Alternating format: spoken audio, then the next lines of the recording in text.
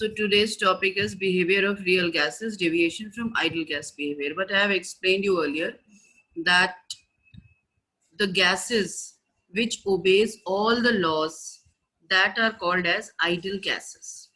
जो सारे लॉज जितने भी हमने पढ़े थे अभी, ये बॉयल्स लॉ था, चार्ल्स लॉ था, ये जितने भी सारे लॉज हमने पढ़े, इन सब को जो अप्लाई, जो फॉलो करते हैं, जो इनके इन रूल्स के अकॉर्डिंग चलते हैं, उन्हें हम बोलते हैं आइडियल गैस। लेकिन ऐसी कोई गैस होती नहीं है, आइडियल गैस कोई होती नहीं है।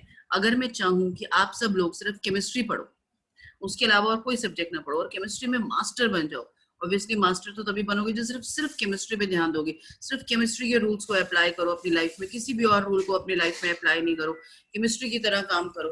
तो क्या ऐसा पॉसिबल है? क्या ऐसा कोई इंसान कर सकता है? ऐसा नहीं कर सकते ना आप लोग। आपको केमिस्ट्री के साथ साथ फिजिक्स भी पढ़ना है, आपको बायो भी पढ़ना है, आपको इंग्लिश भी पढ़ना है। तो अगर आप केमिस्ट्री पे कितना भी टाइम दे रहे हो, कितना भी केमिस्ट्री के अकॉर्डिंग अपने आप को चलाने की कोशिश कर रहे हो, there will be a time when you will deviate from your path. आप उस सीधे सीधे रास्ते पर नहीं चल सकते, आप कभी ना कभी थोड़ा सा इधर या थोड़ा सा उधर मुड़ोगे जरूर। तो ऐसी ही जितनी भी हमारी गैसेस हैं वो आइडियली बिहेव नहीं कर सकती हमेशा, कभी ना कभी वो थोड़ा सा अलग बिहेवियर भी शो करेंगी। और आइडियली कब बिहेव कर सकती हैं या कभी भी नहीं कर सकती, इसके बारे में मैं आपको बताती हूँ। बट क्या है कि हमें सबसे पहले ये समझना है कि कोई भी गैस आइडियल गैस नहीं होती। रियलिटी में जो गैसेस होती हैं वो रियल होती हैं, so that is why they are called as real gases. उनका जो रियल बिहेवियर है वो आइडियल गैस बिहेवियर के बिहेवियर से अलग होता है।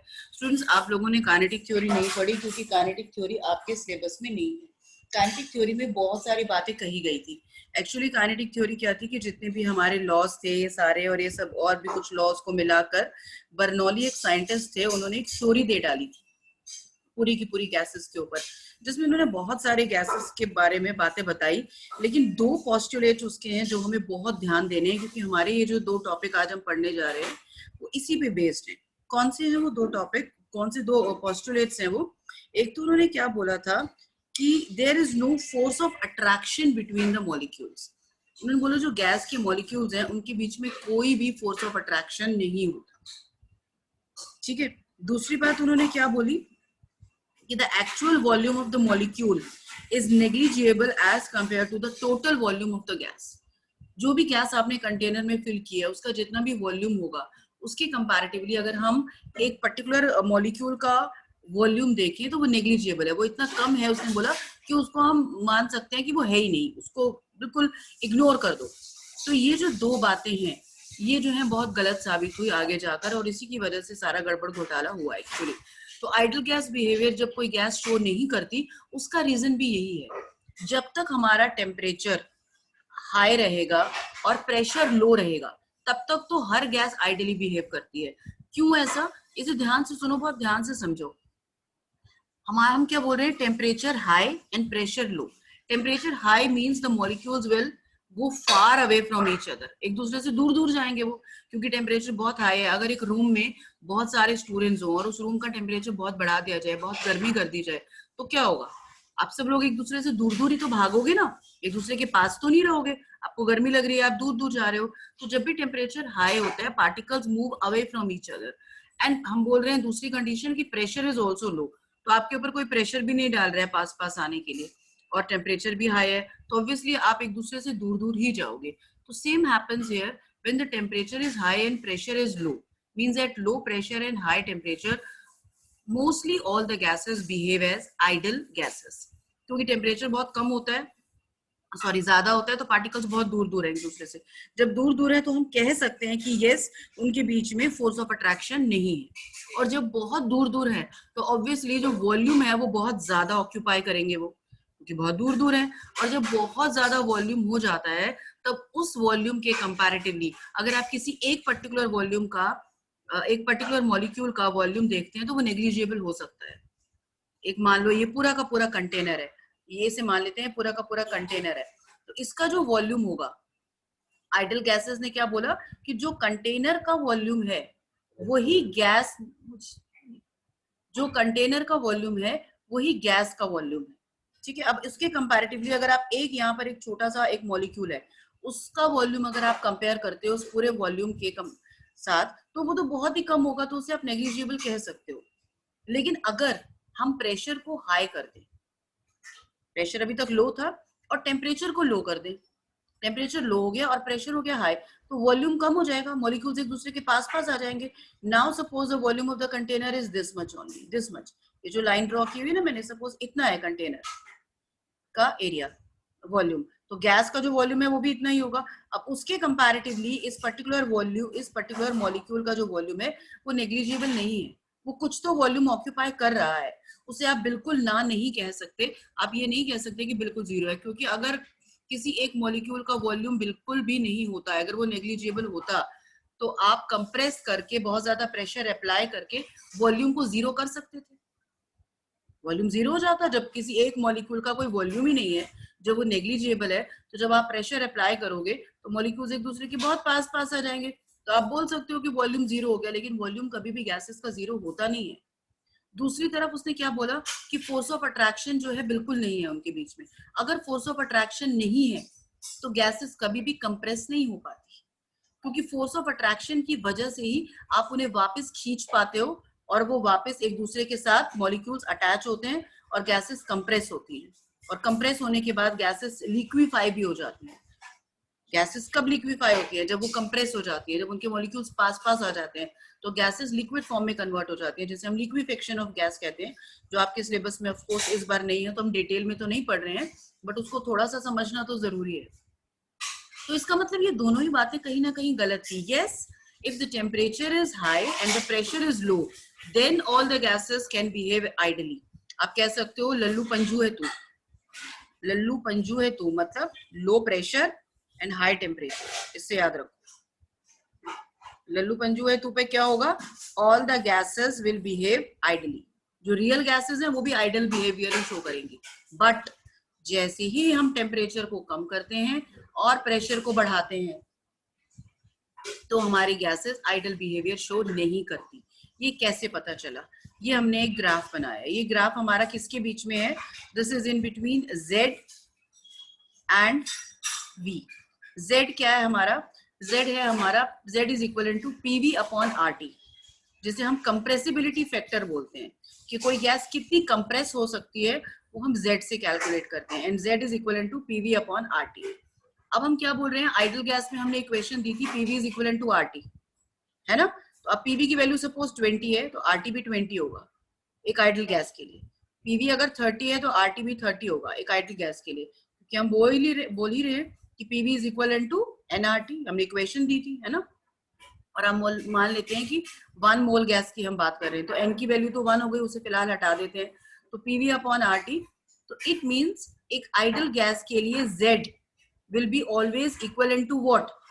1, ठीक है ना? PV अपॉन RT, अगर PV की वैल्यू 20 है और RT की वैल्यू भी 20 है, तो Z की वैल्यू कितनी हो जाएगी? 1 होगी या नहीं होगी? यस और नो, पहले मुझे ये बताओ। यस, ठीक है। तो Z हमने क्या बोला है? Z is equal to PV upon RT। तो Z की वैल्यू अगर आइडल गैस है तो 1 होगी। अगर हम ग्राफ बनाते हैं PV और P के बीच, PV और P के बीच, PV इज व्हाट?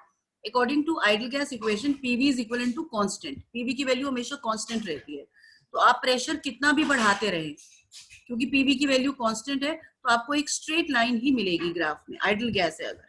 क्योंकि आप प्रेशर अगर बढ़ाएंगे तो वॉल्यूम ऑटोमेटिकली कम होता रहेगा। क्यों कम होता रहेगा? क्योंकि PV is equal to constant है, तो आपको वैल्यू को कांस्टेंट रखना है। प्रेशर अगर बढ़ रहा है तो वॉल्यूम ऑटोमेटिकली कम होता रहेगा, जिससे कि ये वैल्यू कांस्टेंट रहे। तो आइडल गैस के अकॉर्डिंग अगर हम PV और P में ग्राफ बनाएं तो हमें एक स्ट्रेट लाइन मिलनी चाहिए, लेकिन जब एक्चुअली ग्राफ बनाकर देखा गया डिफरेंट गैसेस का, तो हमने क्या देखा? हाइड्रोजन जो है वो पॉजिटिव डेविएशन शो कर रहा है, यानी ये स्ट्रेट लाइन नहीं दे रहा वो ग्राफ में, वो ये लाइन दे रहा है।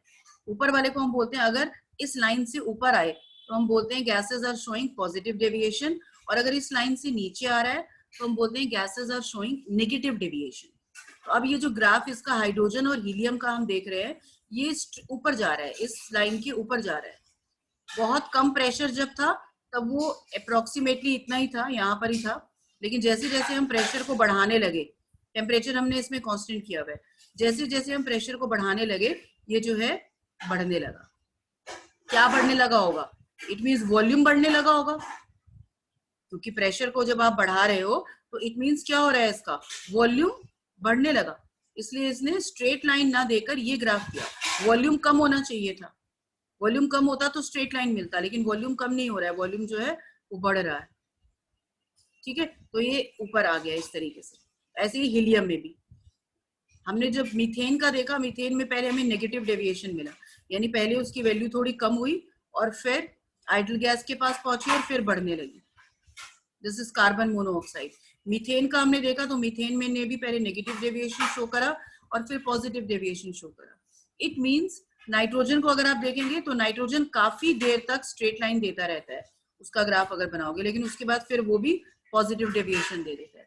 यानी किसी भी गैस ने हमें स्ट्रेट लाइन नहीं दिया, यानी किसी भी गैस का कंप्रेसिबिलिटी फैक्टर जो है वो 1 नहीं आया, 1 नहीं आया। It means PV is not equivalent to RT. It means या तो वो वॉल्यूम जो है वो ज्यादा है हमारे एक्सपेक्टेड वॉल्यूम से। एक्सपेक्टेड वॉल्यूम कितना होना चाहिए? This PV equal to nRT के अकॉर्डिंग जितना वॉल्यूम है वो हमारा एक्सपेक्टेड वॉल्यूम है, लेकिन हम जितना एक्सपेक्ट कर रहे थे वॉल्यूम उतना नहीं आ रहा। अगर वॉल्यूम ज्यादा आता है एक्सपेक्टेशन से तो गैस पॉजिटिव डेविएशन शो करती है, ज्यादा आता है इट मींस गैस एक्सपैंड हो गई है। ठीक है, और अगर वॉल्यूम ज्यादा आता है, ज्यादा आ रहा है, तो जेड की वैल्यू कितनी हो जाएगी? It will be more than 1, है ना, क्योंकि यहाँ अगर वॉल्यूम ज्यादा आ रहा है, वॉल्यूम अगर इंक्रीज हो रहा है तो ये वैल्यू तो हमारी फिक्स्ड है, कांस्टेंट है, but this value is increasing, तो z विल आल्सो इंक्रीज, तो z की वैल्यू 1 से ज्यादा आएगी। और what we will say that gases are showing positive deviation. और अगर वॉल्यूम कम हो जाता है, जितना एक्सपेक्ट किया था हमने वॉल्यूम उससे कम हो रहा है वॉल्यूम प्रेशर बढ़ाने पर, तो z की वैल्यू 1 से कम हो जाएगी।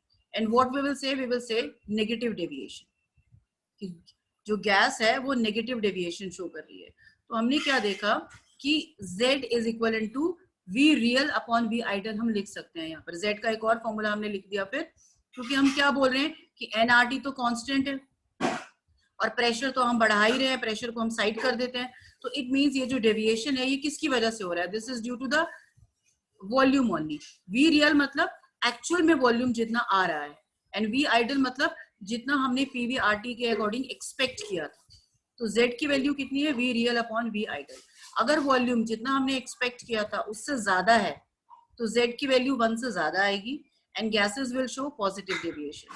और अगर v रियल जितना हमने एक्सपेक्ट किया था वॉल्यूम उससे कम है तो z की वैल्यू 1 से कम होगी and the gases will show negative deviation. But negative deviation बहुत कम गैसेस शो करती हैं, और जब वो नेगेटिव शो भी करती हैं तो अल्टीमेटली वो बाद में पॉजिटिव डेविएशन शो करने लगती हैं। मतलब क्या है कि वॉल्यूम कम हो अगर होता भी है तो उसके बाद वो एक टाइम पर आने के बाद बढ़ना शुरू हो जाता है। इसका मतलब उसमें रिपल्शन होना शुरू हो जाता होगा, तभी तो प्रेशर बढ़ाने के बावजूद वॉल्यूम आपका बढ़ रहा है।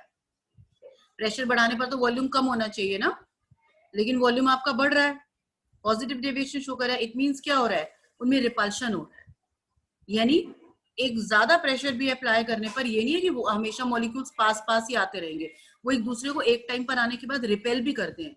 अगर वो रिपेल कर रहे हैं एक दूसरे को तो इसका मतलब ये है कि एक पर्टिकुलर मॉलिक्यूल का कुछ तो वॉल्यूम जरूर है। हमने जो बोला था काइनेटिक थ्योरी ने कि एक पर्टिकुलर मॉलिक्यूल का कोई वॉल्यूम ही नहीं होता पूरे गैस के कंपैरेटिवली, वो बात गलत है। क्यों? क्योंकि अगर वो रिपल्शन शो कर रहा है, देखो अगर आप रूम में हो, एक रूम में आप हो और आप लोग काफी दूर दूर हो, ठीक, अब आपके ऊपर प्रेशर अप्लाई किया गया और टेम्परेचर को कम कर दिया गया तो आपको पास पास ले आए, बहुत पास पास ले आए आपको, आप एक दूसरे के बिल्कुल पास हो। लेकिन रुको, मैं थोड़ा सा 1 मिनट अपना जरा वीडियो स्टार्ट कर लूँ, थोड़ा एक्शन से भी समझाना चाह रही थी आपको।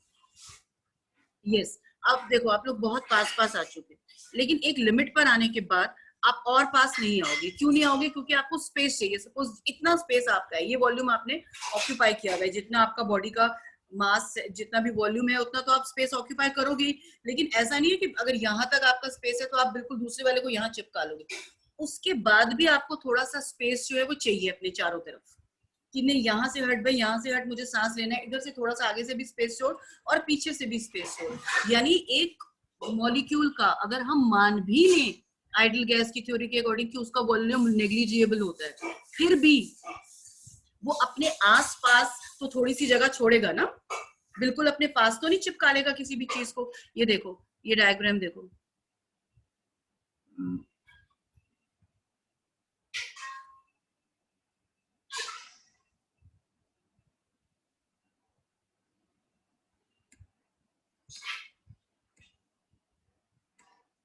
ये देखो, ये है हमारे एटम्स या मॉलिक्यूल्स। इन सबको हमने रखा है, बहुत पास पास ना है, फिर भी ये देखो चारों तरफ थोड़ा अपना स्पेस ऑक्यूपाई कर रहे हैं। आप इसे कितना भी पास रख रहे हो, टच करा रहे हो, फिर भी थोड़ा थोड़ा स्पेस इन्होंने अपने चारों तरफ छोड़ा हुआ है ना। तो इट मीन्स क्या है कि आप वॉल्यूम को बिल्कुल जीरो नहीं कर सकते। एक टाइम पर आने के बाद आप कितना भी प्रेशर अप्लाई करो, एक टाइम पर आने के बाद वो एक दूसरे को रिपेल भी करेंगे। तो कितना आप उन्हें कंप्रेस कर सकते हो, that depends upon Z, which is called as compressibility factor. Compressibility factor की वैल्यू जब हमारी क्या हो जाएगी, 1 से ज्यादा हो जाएगी तो गैसेस पॉजिटिव डेविएशन शो करेंगे, और जब 1 से कम हो जाएगी तो गैसेस नेगेटिव डेविएशन शो करेंगे। Some gases always show positive deviation, यानी उनका वॉल्यूम तो हमेशा बढ़ता ही है। तो अगर उनका वॉल्यूम हमेशा बढ़ता है, और इसका मतलब वो गैसेस पास पास नहीं आती प्रेशर अप्लाई करने के बावजूद भी, यानी हाई प्रेशर पे भी वो गैसेस पास पास नहीं आती, तभी तो उनका वॉल्यूम बढ़ रहा है। दूर दूर जाने से वॉल्यूम बढ़ेगा ना, पास पास आने से तो कम होगा। वो कौन सी गैसेस थी जिन्होंने पॉजिटिव डेविएशन ही शो करा, नेगेटिव बिल्कुल शो नहीं करा? अभी ग्राफ में मैंने बताया था, बताओ कौन सी दो गैसेस मैंने बताई हैं?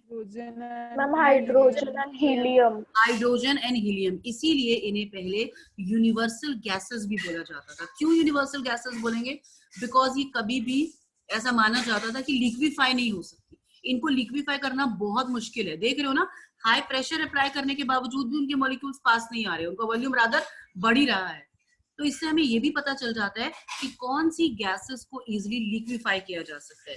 जो गैसेस प्रेशर बढ़ाने पर पास पास आ रही हैं, यानी नेगेटिव डेविएशन शो कर रही हैं पहले, उनको इजिली लिक्विफाई किया जा सकता है। मैंने आपको बोला कि नाइट्रोजन जो है वो काफी टाइम तक आइडल बिहेवियर शो करता रहता है, फिर नेगेटिव डेविएशन शो करता है।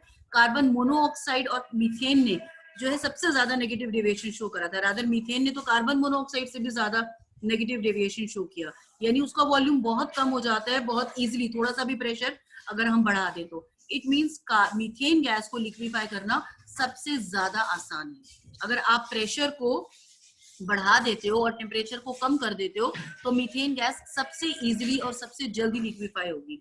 उसके अगेंस्ट हाइड्रोजन और हीलियम सबसे ज्यादा मुश्किल से। क्लियर? तो खैर आपको लिक्विफेक्शन तो पढ़ना नहीं है, आपके सिलेबस में वो है नहीं, तो आपको उस पर ध्यान देने की जरूरत है नहीं।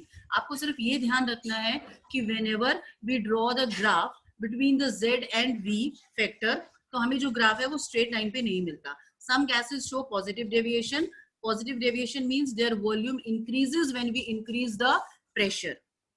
Clear? It means the gases are expanding on increasing the pressure. And some gases show negative deviation. It means when we increase the pressure, their volume decreases. And they show the negative deviation. It means they are compressing, they are contracting.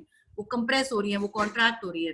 अब वो कितना contract हो रही है, मतलब किसी का compressibility factor कितना है, it depends upon V real and V ideal. इसका एक फॉर्मूला हमारे पास Z का ये भी है, क्या? PV upon nRT, और दूसरा फॉर्मूला है हमारे पास Z is equal to V real upon V ideal. ये हमने एक्चुअली इसी से डिराइव करा है। क्लियर? और वो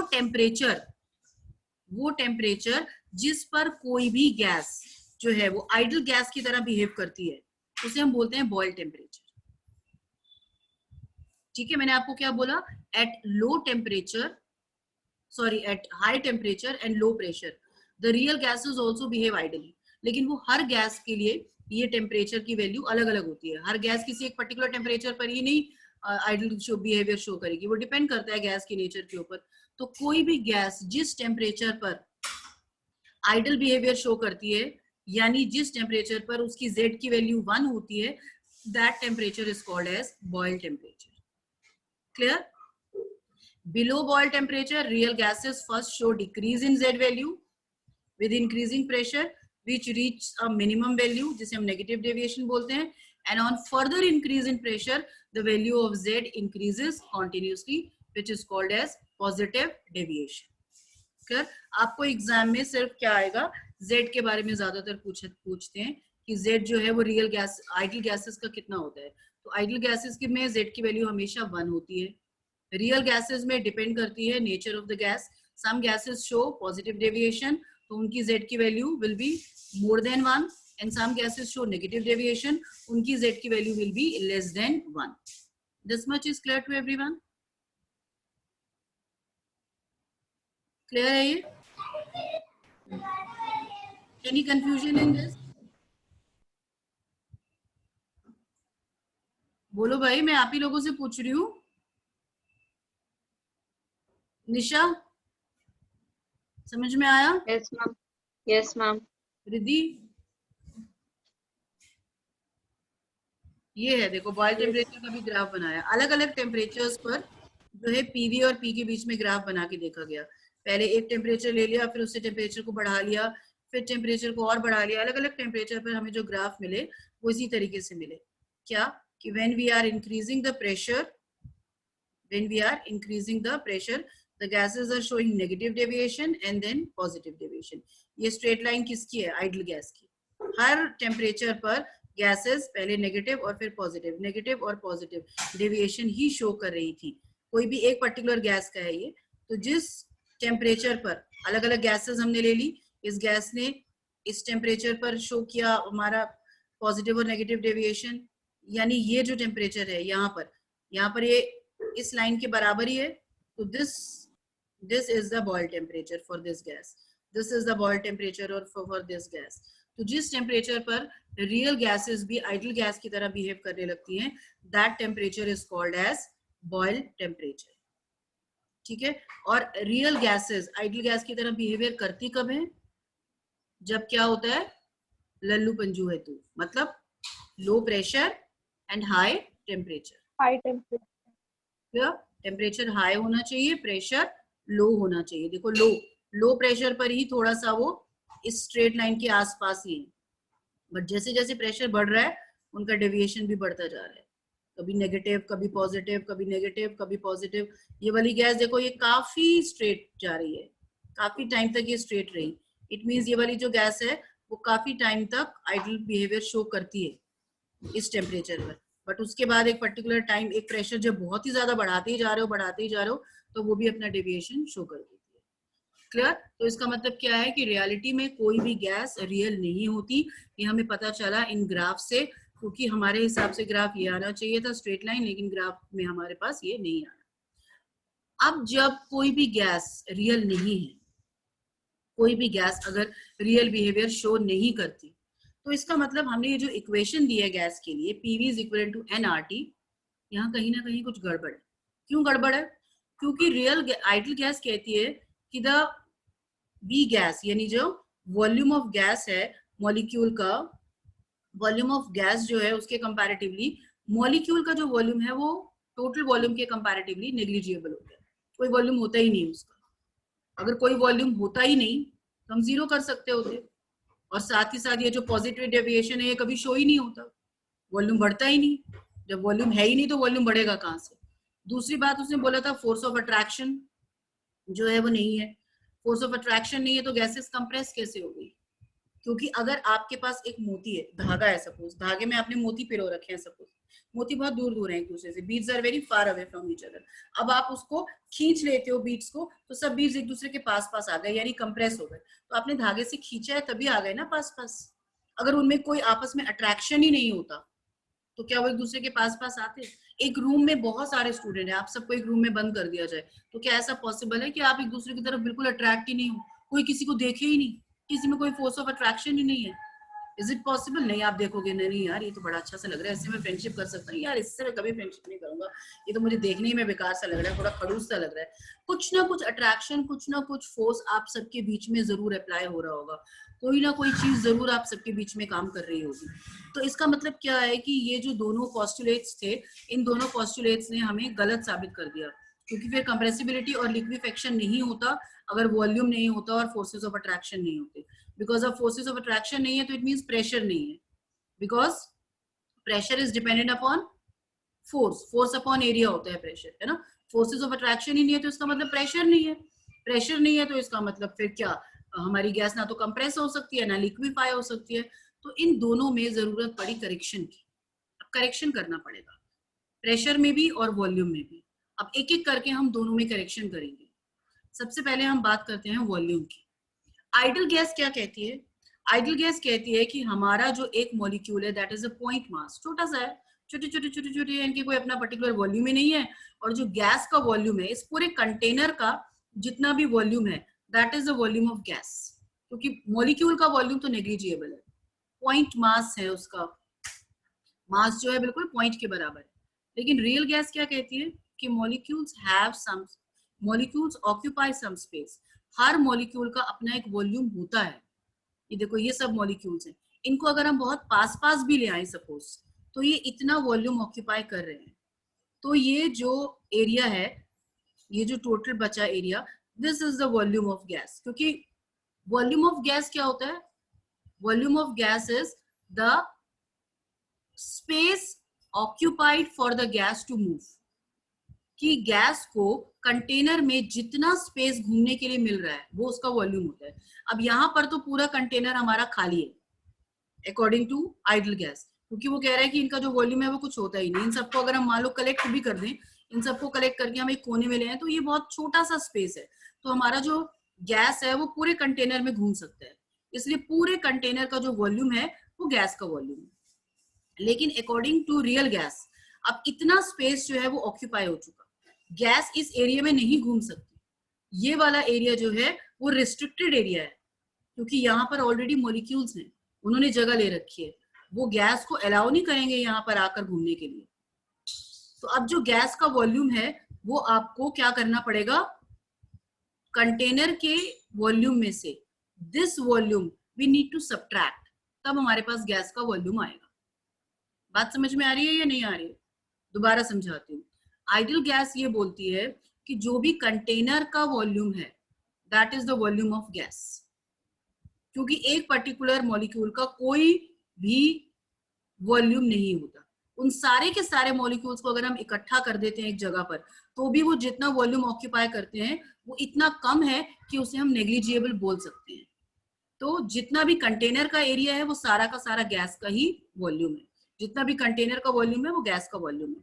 लेकिन रियल गैस कहती है कि नहीं, जो गैस के मॉलिक्यूल्स हैं वो भी, उनको अगर इकट्ठा भी कर दिया जाए तो वो अच्छा खासा वॉल्यूम ऑक्यूपाई करते हैं, और वो वॉल्यूम नेग्लिजिबल नहीं है। उस वॉल्यूम को हमें कंटेनर के वॉल्यूम में से माइनस करना पड़ेगा, तब हमारे पास गैस का वॉल्यूम आएगा। समझ रहे हो बात?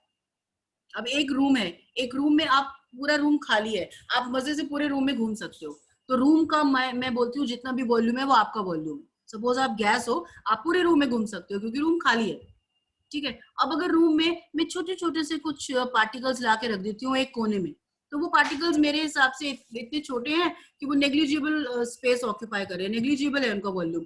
तो भी मैं यही कहूंगी कि नहीं, आपका वॉल्यूम उतना ही है जितना रूम का वॉल्यूम है, क्योंकि आप पूरे रूम में घूम पा रहे हो। वो थोड़ा सा स्पेस अगर उन्होंने ऑक्यूपाई कर भी लिया तो वो इतना कम है कि उसको मैं इग्नोर कर देती हूँ।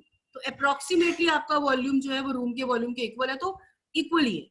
लेकिन अब कोई बड़े बड़े पार्टिकल्स, बड़े बड़े बॉक्सेस मैंने लाके रूम के एक कोने में रख दिए, वो अच्छा खासा वॉल्यूम ऑक्यूपाई कर रहे हैं। अब आप रूम में घूम रहे हो लेकिन उस पर्टिकुलर एरिया में आप नहीं घूम सकते फ्रीली, क्योंकि वहां पर ऑलरेडी बॉक्सेस रखे हुए हैं।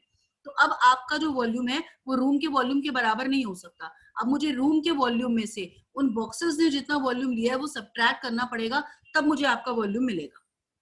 Is it clear to you? क्यों हम बोल रहे हैं ऐसा? तो इसका मतलब क्या है कि रियलिटी में जो वॉल्यूम है वो आइडल गैस के अकॉर्डिंग जो वॉल्यूम होता था उससे कम है।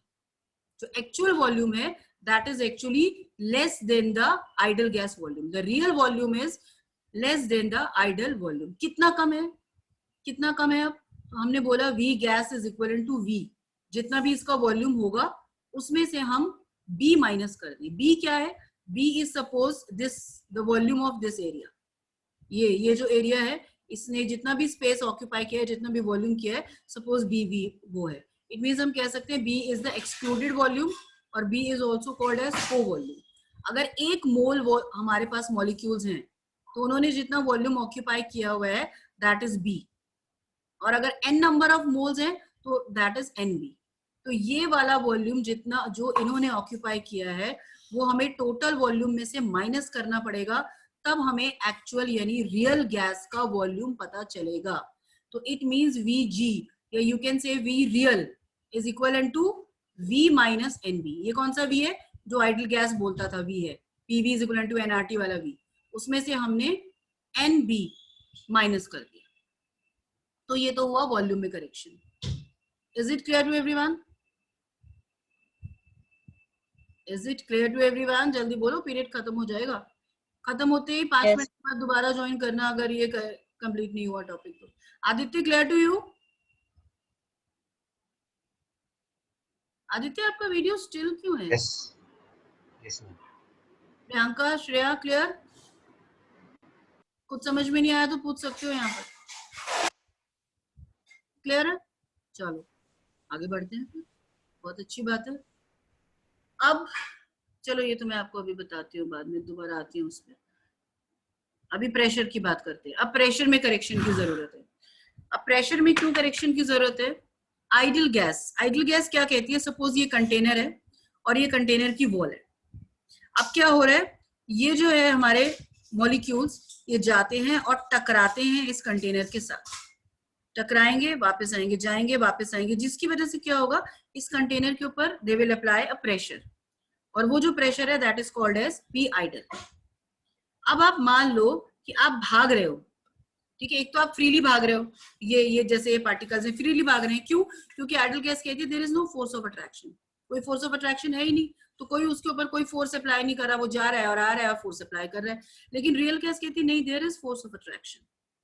फोर्स ऑफ अट्रैक्शन होता है, ये पार्टिकल अगर जाकर दीवार से टकरा रहा है तो ये इतना भी फ्री नहीं है, कुछ पार्टिकल्स हैं और इसके दुश्मन बैठे हुए यहाँ पर जो इसे खींच रहे हैं अपनी तरफ। अब आप भाग रहे हो रेस में, आप फ्रीली भाग रहे थे, अचानक से मैंने पीछे से आपको पकड़ लिया, तो क्या आप फ्रीली भाग पाओगे? अब क्या आप उतने फोर्स से भाग पाओगे जितने फोर्स से पहले भाग रहे थे? नहीं ना, नहीं भाग सकते ना। एक और एग्जांपल देती हूँ। सपोज आपके पास एक बॉल है, आपने एक बॉल थ्रो की वॉल के ऊपर, the ball will apply some pressure on the wall, और अब आपके पास एक बॉल है जिसके पीछे वो लगा हुआ होता है ना, वो रबर बैंड सा लगा हुआ होता है, बॉल ऐसे ऐसे करके खेलते हैं बचपन में, उससे रबर बैंड से ऊपर नीचे खेलो, है ना। अब उस बॉल को अगर आप बॉल के ऊपर थ्रो कर रहे हो, जिसका कि रबर बैंड का जो वो है सिरा है, एक दूसरा जो साइड है वो आपके हाथ में है, आपने उससे बॉल को फेंका बॉल के ऊपर, तो क्या वो भी उतना ही प्रेशर अप्लाई करेगी जितना जो फ्रीली बॉल आपने थ्रो की थी उसने जितना अप्लाई किया होगा? नहीं ना, क्योंकि पीछे कुछ पार्टिकल्स खींच रहे हैं। अब इसको कुछ पार्टिकल्स अपनी तरफ खींच रहे हैं भाई, वो ये तो जाने की कोशिश कर रहे हैं लेकिन इन्होंने अपनी तरफ खींच लिया, अरे आजा पीछे, पीछे आजा, पीछे आजा। तो ये अब जो फोर्स अप्लाई करेगा, जिस फोर्स से ये यहाँ जाएगा, उसकी वजह से जो ये प्रेशर यहाँ अप्लाई होगा वो आइडियल गैस के कंपैरेटिवली कम होगा। ये उतना प्रेशर अप्लाई नहीं करेगा वॉल पर जितना कि आइडियल गैस इक्वेशन के अकॉर्डिंग करता था। यानी कि हम क्या कह सकते हैं कि पी आइडियल जो है, जो हमने आइडियल गैस में प्रेशर लिया हुआ था वो ज्यादा ले लिया था, उतने प्रेशर होता नहीं है एक्चुअली, यानी P ideal is more than the P real. ठीक, अब हमें इसमें करेक्शन करने की जरूरत पड़ेगी। पीवी इक्वल एनआरटी के अकॉर्डिंग जो पी था उतना पी एक्चुअली में होता नहीं है, उससे कम होता है।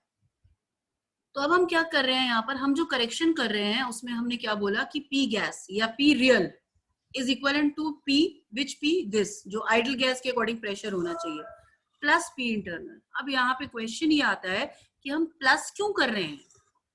हम क्या बोल रहे हैं कि P ideal is more than P real, कि हमने पी आइडियल ज्यादा ले रखा है, एक्चुअली में उतना प्रेशर वॉल पर अप्लाई होता नहीं है जितना कि हमने लिया है, पी रियल कम होता है। तो पी रियल अगर कम होता है तो हम यहाँ पर प्लस क्यों कर रहे हैं? हमें माइनस करना चाहिए ना, करना चाहिए कि नहीं करना चाहिए? रियलिटी में प्रेशर कम है तो हमें माइनस करना चाहिए।